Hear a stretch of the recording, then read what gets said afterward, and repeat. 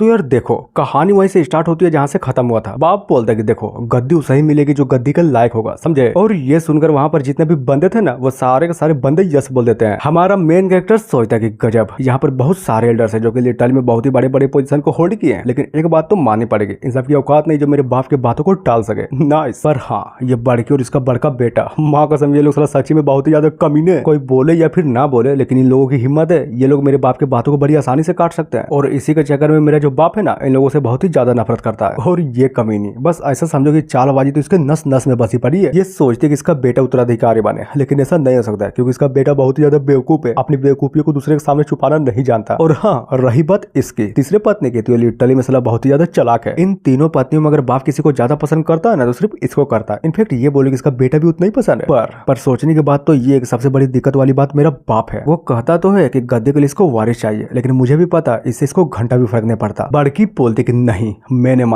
मानती जो लायक होगा गद्दी उससे मिलना चाहिए, बल्कि ये बोले कि जो सबसे पावरफुल होगा गद्दी सिर्फ उससे मिलना चाहिए, समझे। और ये बोलकर अपने मेन कैरेक्टर से पूछती है, तो बताओ मैंने सही बोला ना चूजू, तुम क्या बोलते हो। और मनी मन सोचती है कि नाइस, एक बात तो साफ है कि ये चूजू का बच्चा मेरे साथ है, और जब तक ये मेरे साथ रहेगा मेरा प्लान हमेशा काम करता रहेगा। लेकिन क्या अब अपने एमसी पहले जैसा थोड़ी ना रहा, बल्कि ये बोले कि इसके बॉडी के अंदर अपने एमसी का सोल जो आ चुका था, इसलिए ये उसकी बातों को पूरा का पूरी इग्नोर मार देता है कि नहीं यार, मैं तुम्हारी बातों से बिल्कुल भी सहमत नहीं, बल्कि ये बोले कि मैं तो बाप की बातों से सहमत हूँ, समझे। वो सही कर रहे हैं, गद्दी उसे मिलने चाहिए जो गद्दी के लायक है, और किसी को भी नहीं। जिसकी बातों को सुनकर ये दोनों के दोनों भी पूरे के पूरे तरीके से चौंक जाते हैं। बड़की सोचती कि क्या इसकी इतनी हिम्मत, ये मेरे खिलाफ जा रहा है। लेकिन दूसरी का क्या, ये तो अलग ही ले रही थी कि नहीं बताओ क्यों, मैंने तो इसको मारने के लिए बंदों को भी भेजा था ना, तो फिर ये बंदा मेरे साइड क्यों ले रहा है। बड़का बोलता है कि साले ये तू क्या बोल रहा है, तुझे समझ में भी आ रहा है कि तू क्या बोल रहा है, हाँ? चल जल्दी कर, अच्छे से सोच के बोल। अरे भाई एक बात बताओ, तुम ऐसे क्यों लगता है कि मैंने गलत बोली, हाँ? नहीं, बिल्कुल भी नहीं बोली। इनफैक्ट ये बोले कि मैंने अपने बाप की बातों को बहुत ही अच्छे से सुना, और ये समझे कि हाँ गद्दी उसे ही मिलेगी जो गद्दी का लायक होगा, और किसी को भी नहीं। और ये तो बताओ, तुम तो अभी तक अपने गद्दी पर बैठे भी नहीं, और साला मनमर्जी चलाना चाहते हो क्या। गद्दी पर बैठने से पहले ये हाल है, तो फिर सोचो गद्दी पर बैठने के बाद क्या होगा। तो साला पूरा का पूरा आग मुद्द देगा। और ये सुनकर वो बड़का भी पूरे के पूरे तरीके से भड़क जाता है। बाप बोलता है कि बस करो, बहुत हुआ, अब इसके बारे में और भी ज्यादा बात नहीं होगी, समझे। मेन कैरेक्टर तो फादर आप ही बताइए, अब जबकि आपने नियम तय कर ही दिया है, तो क्या आपको पारिवारिक व्यवसाय का कुछ हिस्सा मेरे साथ भी नहीं बांटना चाहिए क्या। आफ्टर ऑल मैं भी तो आपका बेटा ही ठहरा, तो मुझे भी तो कुछ हिस्सा मिलना ही चाहिए ना। और सबसे इंपॉर्टेंट बात यह है कि खदान में काम कर सुधार नहीं किया जा सकता, तो फिर आप ही बताइए मैं गद्दी का लायक कैसे बनूंगा। जहाँ पर बात करें बाप की, तो वो भी अपने एमसी की बातों सुनकर मन ही मन सोचा जा रहा था कि गुड, मान गया, मतलब इस बच्चे ने भी अपने एम्बिशंस डेवलप कर ही लिया। नाइस। लेकिन इन तीनों का क्या, ये तीनों के तीनों तो अपने एमसी की बातों सुनकर पूरे तरीके से चौके पड़े थे और सोचे जा रहे थे कि नामुमकिन, मतलब ये बंदा भी सच्ची में फैमिली का हेड बनना चाहता है, हो ही नहीं सकता। अब बात है इधर चीफ स्टीवर्ड लू की ओर। बोला जाता है कि बच्चे, क्या तुम्हें नहीं पता कि माइनिंग एरिया भी हमारे फैमिली के बिजनेस में से ही एक आता है। और हाँ, सेकंड यंग मास्टर होने के नाते अपने आप को पुश मत करो, अपनी औकात में रहो, समझे। जिसकी बातों को सुनकर एमसी बोलता है मिस्टर लू एक मिनट इधर तो आओ, मेरे पास कुछ बातें जो तुमसे डिस्कस करनी है। उधर वो भी आते हुए बोले जा रहे थे कि बोलो क्या बात है। तुम्हें सच्ची में लगता है कि मैं वहाँ पर खड़े होकर तुम्हारी बातें नहीं सुन सकता हूँ। अरे जरा इधर पास तो आओ, तभी तो बताऊंगा कि मुझे क्या बोलना है। लेकिन क्या कहानी में ट्विस्ट, जैसे वो बुढ़ा अपने एमसी के पास आता है ना, तो अपना एमसी उसको बहुत ही जोरदार पंच मारता है और बुढ़ा वहीं पर ऑन द स्पॉट बेहोश। और इतना ही वही थोड़ी ना रुकता, अपने एमसी उसको लात मारता बहुत ही जोरों शोरों से लात मारे जा रहा था। इसको देखने के बाद इनफैक्ट ये बोले कि ये सारा का सारा कांड देखने के बाद इन सबकी एक ही बार में पूरी तरीके से फट जाती है। दूसर की सोचती है कि क्या ये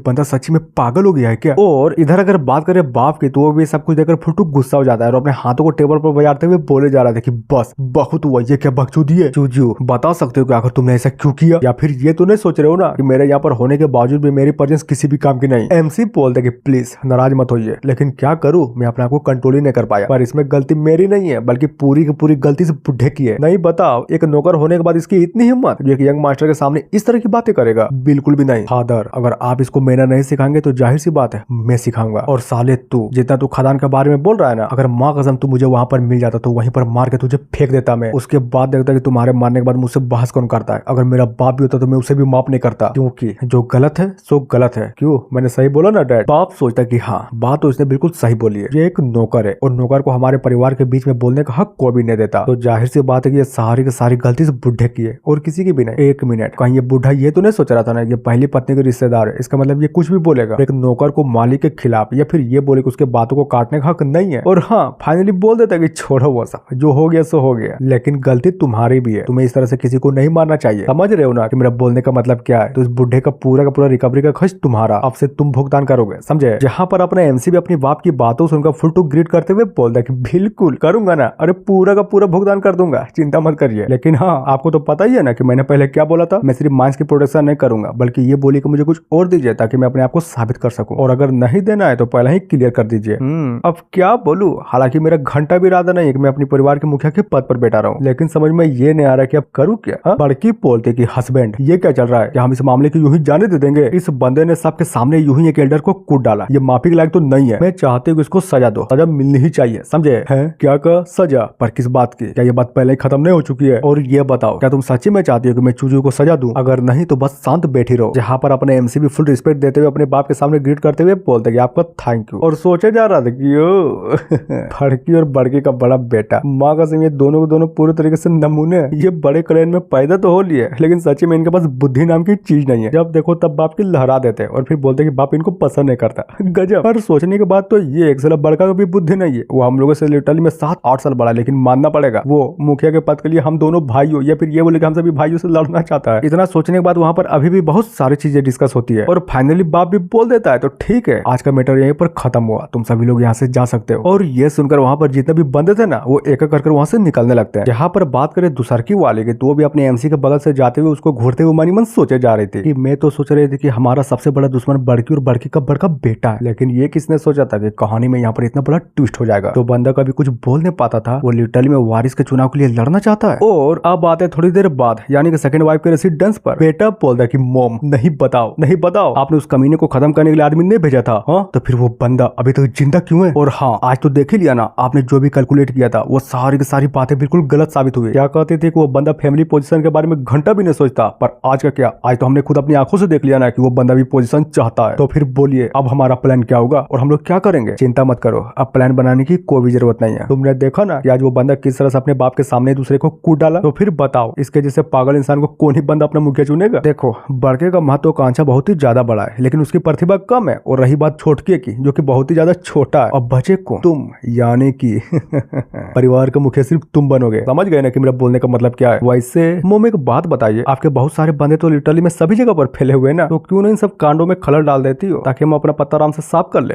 चिंता मत करो मेरे बच्चे, सारा का सारा प्लान ऑलरेडी प्रॉपर वे में जा रहा है। मैं गारंटी देता हूँ इस परिवार का मुखिया तुम ही बनोगे और कोई नहीं बनने वाला, क्योंकि मैं किसी को नहीं बनने दूंगा। और रही बात चूजू की, तो उसका तो मैं अलग ही खातिरदारी करूंगा, ऐसा कर दूंगा कि वो अपने दम पर एक भी बंदे को कमांड नहीं दे पाएगा। और इतना बोलने के साथ अचानक से सीन चेंज होता है फार्मेसी में। नौकर बोलता है कि यंग मास्टर, एक बात बताइए, पुराने रूल के हिसाब से आपके जितने भी रिसोर्सेस है वो सारे के सारे रिसोर्सेस को आपके सबसे बड़ा वाला भाई जुगाड़ किया ना, तो फिर क्या वो सच में अपने रिसोर्सेस को आपको देंगे? हाँ, बात तो तुम्हारी बिल्कुल सही है, लेकिन देखो मुझे घंटा भी फर्क नहीं पड़ता कि पुराना रूल क्या था, लेकिन जो चीज मुझे चाहिए और वो मुझे ना मिला ना, तो मैं उसे छीन लूंगा, समझे? और इतना बोल ही रहा था तभी अचानक से एक बंदे को दिखाया जाता है जो कि अपने एमसी को बोले जा रहा था कि ओ कहाँ पे, कहाँ घुसे चले? सबसे पहली बात, ये जगह तुम्हारी नहीं है, और पहले ये बताओ तुम तो यहाँ पर कभी भी नहीं आते थे ना, तो फिर आज क्यों चले आए? हमारा नौकर बोल दे कि बस इतना ही ना। तो देखो बात दरअसल ये कि हमारा यंग मास्टर यहाँ पर अपने रिसोर्सेज को लेने आया है और कुछ भी नहीं। क्या का रिसोर्सेज? वो भी किसके लिए? इस good for nothing second young master के लिए। गजब, क्या तुम भूल गए यहाँ पर जितने भी रिसोर्सेज है वो रिसोर्सेज किसी और के नहीं, बल्कि ये बोल कि बड़का यंग मास्टर के हैं, ना कि तुम्हारे, समझे? ओह, क्या कहा बे साले? तो फिर ये बता, मेरे हिस्से के जितने भी रिसोर्सेज थे वो सारे रिसोर्सेज मेरे बड़के भाई को क्यों दे दिए? जान सकता हूँ? इसमें जानने की क्या बात है? क्या ये सही नहीं है कि second young master good for nothing के नाम से जाना जाता है? और सबसे इंपॉर्टेंट बात, मैंने तो ये भी सुना है कि तुम डिसेबल्ड हो, अपंग, तो फिर तुम ही बताओ तुम कल्टीवेट कैसे करोगे? और जब कल्टीवेट कर ही नहीं सकते तो फिर रिसोर्सेज पे क्या करोगे? घंटा। देखो, हालांकि मुझे पता है कि इन बातों को सुनकर तुम्हें बहुत ही ज्यादा गुस्सा आ रहा होगा, तो फिर क्या करोगे? गुस्सा निकालोगे? कहाँ निकालोगे? एक काम करो, मुझ पर निकालो, अपने सारे सारे भड़ास को मुझ पर निकाल दो, चलो आओ जल्दी करो। और ये सुनकर अपने एमसी भी फुल टू खुश और डेविल से स्माइल देते हुए बोल देगी गुड, वेरी गुड, बहुत अच्छा, भड़ास निकालनी है ना मुझे, अब तुम्ही पर निकालूंगा, चिंता मत करो। तभी कहानी में ट्विस्ट, एक बंदा आता है और मोड़के को पीट देता है कि साले कमीने कहीं के अपने औकात में रहा, समझा? और ये देकर अपने एमसी का नौकर, इनफैक्ट ये बोले कि अपने एमसी भी साला पूरा का पूरा कंफ्यूज हो जाता है। बुढ़ा बोल रहा है कि कमीने कहीं के, तुझे दिखाई भी दे रहा है कि तुम्हारे सामने कौन था? हाँ, ये सेकंड यंग मास्टर था, तुम्हारी हिम्मत कैसी हुई इसके सामने ये सब बोलने की? मोटका भी लाइक, अरे यार स्टीबर्ट, ये क्या कर रहे हो? मुझे क्यों मारा? क्यों मारा नहीं पता, तुमने बहुत ही बड़ी गलती कर दी और पूछ रहे हो क्यों मारा? और बोलता है कि यंग मास्टर प्लीज इस मोटके को माफ कर दो। अरे हो गई होगी गलती, अब क्या करे, ये मोटका नादान जो ठहरा, इसलिए प्लीज माफ कर दो। और हाँ, चिंता मत करिए, मैं इसको सबक जरूर सिखाऊंगा। इनफैक्ट ये बोले कि मैं इसे इतना सबक सिखाऊंगा कि आप जब इससे मिलेंगे ना आपको बहुत ही ज्यादा रिस्पेक्ट देगा। एमसी बोलता है कि समझ गया, लेकिन तुम भी एक बात याद रखना, ये दोबारा ना होने पाए। और ये बोलकर वो दोनों के दोनों फाइनली वहां से निकल जाते हैं। जहाँ पर बात करें इस बंदे की, तो ये बंदा भी पीछे से खड़े होकर उसको बहुत ही गौर से देख के जा रहा था। सोचता है कि बाप रे फाइनली गए। अब बात है मोड़के की ओर, जो कि पूछता है तो बताओ क्यों मारे, क्यों मारे मुझे, और पहले ये भी बताओ क्या कि तुम उसका मीनिंग से इतना पोलाइटली बात क्यों कर रहे थे। बताया जाता है कि क्या क्यों मारा, अगर मैं तुम्हें नहीं मारता ना तो तुम सच्ची में बहुत ही बड़े खतरे में पड़ जाते, समझे। देखो शायद तुम्हें नहीं पता, लेकिन ये बंदा अभी जस्ट स्टीवन चिप को पीटा है। क्या कहा, स्टीवन चिप को पीट डाला ये बंदा, मतलब सच्ची में। तो क्या मैं तुमसे झूठ बोल रहा हूँ। और सबसे इम्पोर्टेंट बात, ये बंदा जब भी तुम्हें दिखेगा ना उसको रिस्पेक्ट पे करना, वरना क्या पता वो तुम्हें भी मार डाले, क्योंकि ये वो एक मास्टर नहीं रहा जो कि पहले हुआ करता था। और इतना बोलने के साथ इन दोनों को दिखाया जाता है जो कि हंसते हुए खुश होते हुए कहीं तो जा रहे थे, या फिर ये बोले कि अभी तक चले ही जा रहे थे। फिर क्या, इतना बोलने के साथ ही हमारा ये एपिसोड खत्म होता है। तो मिलते हैं नेक्स्ट वीडियो में। So thank you.